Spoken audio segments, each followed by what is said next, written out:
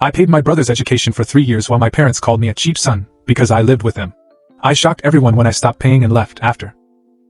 I still remember the exact moment I realized I was being used. It wasn't a dramatic argument or a major betrayal, just an offhand remark from my brother Kevin as I handed him cash for books. "Why do I always have to ask you for this stuff?" he said, rolling his eyes. "If you know I need it, just give it to me." For 3 years, I had paid for Kevin's college tuition, books, and just about everything else he needed. I even bought him an old pickup truck when I saw him walking to campus one day. I thought he'd be grateful, but instead he acted like I'd insulted him. "How come you get to drive a nice car and I get this junk?" he complained. I didn't say anything, but inside it hurt. Here's the thing, I never owed Kevin anything. My parents weren't struggling, they just didn't want to stretch their budget to support 2 kids. I had gotten a good job out of college and was living at home to save money. It seemed practical at first, but over time it became clear that my parents saw me as their personal ATM. They called me cheap because I didn't want to spend money on things I didn't need: fancy vacations, new gadgets, but they had no problem asking me for hundreds, sometimes thousands, to cover Kevin's expenses. "You're the older brother," my mother would say. "It's your responsibility to help him out." My dad would chime in. "You live here rent-free. Don't you think it's time you gave something back?" But here's the kicker, they kept hinting that it was time for me to move out. A man your age shouldn't be living with his parents, they'd say one day, and the next they'd ask for help with groceries, the electric bill, or fixing something around the house. It was a never-ending cycle. For 3 years, I kept my mouth shut and gave them what they wanted. I told myself that was what families did. But the more I gave, the less I felt like a son or a brother. I felt like a bank. The breaking point didn't come all at once. It was more like a slow build-up that finally reached its limit. I began to notice little things that made me feel, well, used. Kevin never thanked me for anything. Not for paying his tuition, not for the pickup truck, and certainly not for the clothes and gadgets I had bought him over the years. If anything, he acted like it was his birthright. When he wasn't complaining about the truck being too old, he was bitching about how his friends got to go on spring break trips or had the latest cell phones. My parents weren't any better. They were always quick to praise Kevin for his grades or how hard he was trying, but when it came to me, it was mostly criticism. "You're getting older. Don't you think it's time you got your own place?" Or, "You work all the time, but what are you really doing with your life?" It was like they didn't see all the sacrifices I was making to support them and Kevin. The worst part? They made me feel like I owed them something. Every time I tried to talk about how I felt, they'd shut me down. "We're family. Family helps each other," my mother would say, as if that was the end of the conversation. But one night, I couldn't hold it in anymore.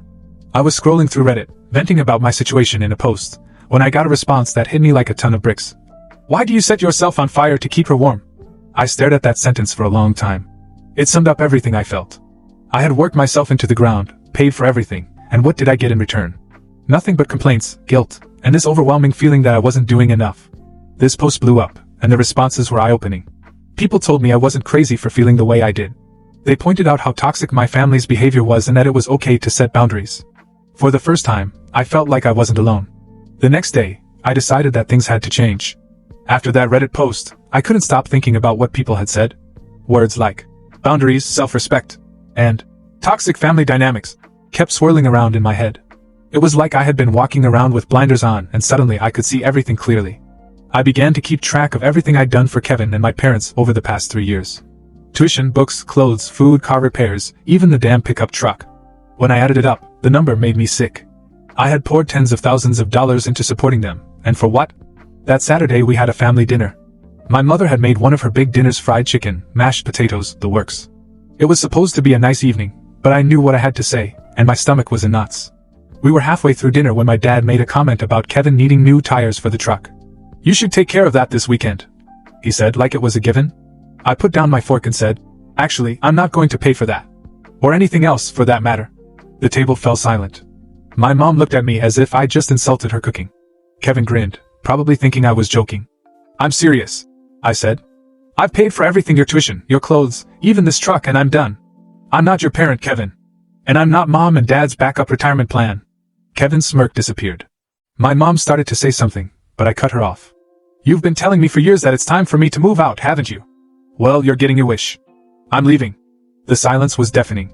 My dad finally spoke up and said something about the family sticking together, but I wasn't buying it. Family sticks together?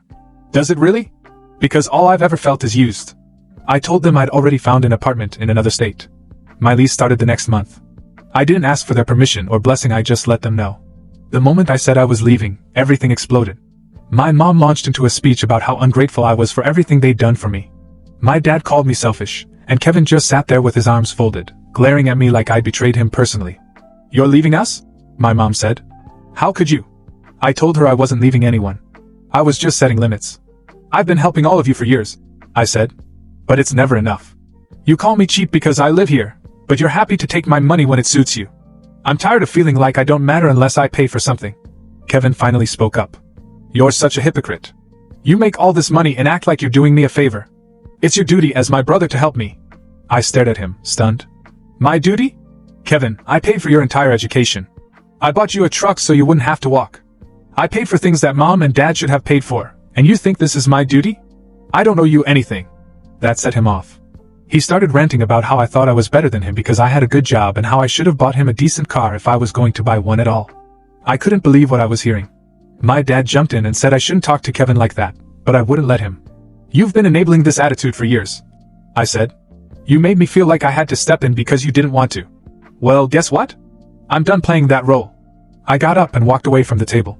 My mom was crying, my dad was seething, and Kevin was muttering under his breath, but I didn't care. I went to my room, closed the door, and started packing. I slept better that night than I had in years.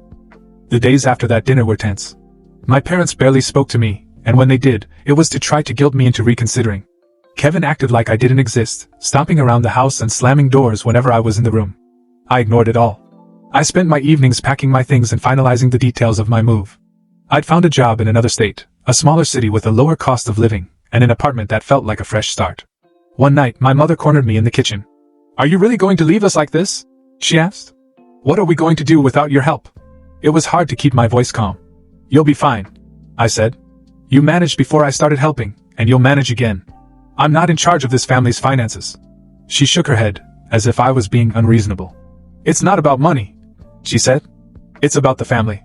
You're turning your back on us." I didn't argue. I'd learned there was no point in trying to explain myself. They didn't want to hear it. They just wanted me to keep playing my role as the dutiful son, no questions asked. When moving day finally came, I packed up my car, said a quick goodbye, and left. My mom was crying, my dad barely looked at me, and Kevin didn't even come out of his room. Driving away felt surreal. For the first time in years, I felt like I could breathe. I had spent so much of my life putting their needs before my own that I didn't even know what my life looked like anymore. But I was determined to find out. Moving to a new state felt like a step into the unknown, but it was also liberating. My new apartment wasn't anything fancy, just a one-bedroom with mismatched furniture I'd picked up at thrift stores, but it was mine. For the first time in years, I felt like I was building something for myself instead of for everyone else. The first week was weird. I'd wake up expecting to hear my mom knocking on my door or Kevin barging in to ask for money. My phone was eerily silent. No texts, no calls. It was as if I had disappeared from their lives overnight. At first, the silence felt like rejection. I kept telling myself, "They'll call soon. They just need time." But as the days turned into weeks, I realized they didn't need me. They needed my money, my support, my willingness to sacrifice for them. Without those things, I was irrelevant. I tried not to let it get to me. Instead, I threw myself into my new life. My job in the new state was solid, the hours were better, and the people were friendly. I joined a local hiking group and spent my weekends exploring trails, something I hadn't done in years. I even started picking up old hobbies, painting, reading, and experimenting in the kitchen. One night I logged back onto Reddit and posted an update. I shared how I'd finally moved, set boundaries, and started living for myself. The response was incredible. Hundreds of people commented, congratulating me and sharing their own stories of breaking free from toxic family dynamics. One comment stuck with me. "You don't owe anyone your peace. Boundaries aren't selfish, they're necessary. You're finally giving yourself the life you deserve." Reading these words gave me a strange sense of validation. For years, I'd been made to feel guilty for wanting to keep something for myself, whether it was my time, my money, or my peace of mind.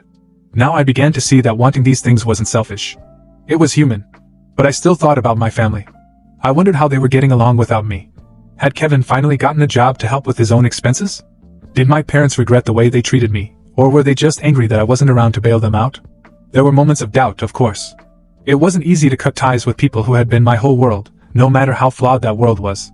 But every time I started to feel guilty, I'd remember the years of thankless sacrifice, the endless demands, and the way they dismissed me as soon as I stopped giving. And the truth was, I felt lighter. Freer. For the first time in years, I wasn't carrying someone else's burden. My life wasn't perfect, but it was mine, and that made all the difference. About 3 months after I moved, just as I was starting to feel like I'd completely left that chapter of my life behind, I got an email from Kevin. I almost deleted it without reading it. I hadn't heard a word from him or my parents since the day I left, and I wasn't sure I wanted to open that door again. But curiosity got the better of me. The email was short, uncharacteristically for Kevin. He didn't ask for money or complain. Instead, he said he wanted to talk. "I know I've been a jerk," he wrote. "I think I finally understand why you left, and I'm sorry. I just want to explain some things. Can we meet?" I stared at the screen, unsure of how I should feel. Was this real? Or was it a ploy to make me feel guilty about coming back? Against my better judgment, I decided to answer. I told him I wasn't ready to meet in person, but I was willing to listen if he wanted to explain. His reply came the next day. He admitted that he'd been angry at first, furious, actually because he felt abandoned. But after I left, things changed. My parents, he said, had started pressuring him to pick up where I left off. They wanted him to get a part-time job to help with the bills, even though he was still in school. "They told me it was my responsibility now," he wrote. "I guess I didn't realize how much they were doing until I had to deal with it myself." He went on to describe how hard it had been to juggle classes and work, how my parents had started guilt-tripping him the same way they had guilt-tripped me. "I used to think you had it easy because you had a good job," he said. "But now I see how much they lean on you. I don't know how you put up with it for so long." It was the closest thing to an apology I'd ever gotten from Kevin. But the most surprising part came at the end of his email. "I don't think I can stay here either. I've been saving up, and as soon as I can, I'm leaving too. I just wanted to say thank you for everything you've done for me, even though I didn't appreciate it at the time. For the first time in years, I felt something I hadn't expected, hope. Maybe things could change." Later, I received a letter from my parents. Not an email, not a text, a physical, handwritten letter. It was from my mother, and the tone was different. Gone were the guilt and accusations. Instead, it was filled with something I hadn't heard from her in years, remorse. She admitted that she and my father had been wrong to rely so heavily on me, to take my contributions for granted, and to treat me unfairly. She said they had been forced to reevaluate a lot of things since I left, especially now that Kevin was struggling with the same pressures they'd put on me. The letter went on to say that their financial situation wasn't as stable as they had let on. My father's hours at work had been cut years ago, and instead of making changes to their lifestyle, they'd lean on me to fill the gap. "It wasn't fair to put this on you," she wrote. "We should have been honest, but we were too proud to admit that we needed help. And we were wrong to treat your help as something we were entitled to." She also mentioned how much they missed me, not just the support I provided, but me. "We realized that we had pushed you away by the way we treated you," she wrote. "I don't blame you for leaving. I just hope it's not too late to make things right." I didn't know how to feel. Part of me wanted to believe her, but another part of me wondered if this was just another way to drag me back into the fold. A week later, my father called me. I almost didn't pick up, but something told me to answer. To my surprise, he sounded different. He was awkward, fumbling with his words, but the gist was clear. He wanted to apologize. "I know I haven't been the best father," he said. "I pushed too hard, took too much, and didn't say thank you enough. I can't change what happened, but I want to try to make things better." It was the first real conversation we'd had in years, and for the first time it felt like he was talking to me as a person, not just as a son who owed him. I didn't rush to forgive. Trust doesn't rebuild overnight, and I wasn't about to move back or start sending money regularly. But after some thought, I decided to extend an olive branch. I sent them $5,000 not as an ongoing commitment, but as a gesture of good faith. I made it clear that this was a one-time thing, not a return to the old dynamic. "I want to help you get back on your feet," I told them, "but I have to keep my boundaries. This is something I can do because I want to, not because I feel I have to." To my surprise, they graciously accepted. My mom sent a thank you card, and my dad called again, this time just to check in and see how I was doing. As for Kevin, he followed through with his plan. A few months later, he moved out and started supporting himself. He reached out to me a few times, and we slowly began to rebuild our relationship as well. It wasn't perfect, but it was better. In the end, I didn't regret leaving. It was the wake-up call my family needed, and it gave me a chance to finally live my own life. I still have boundaries, but I don't carry the weight of everyone else's expectations. For the first time in years, I feel like I'm part of a family, not a bank.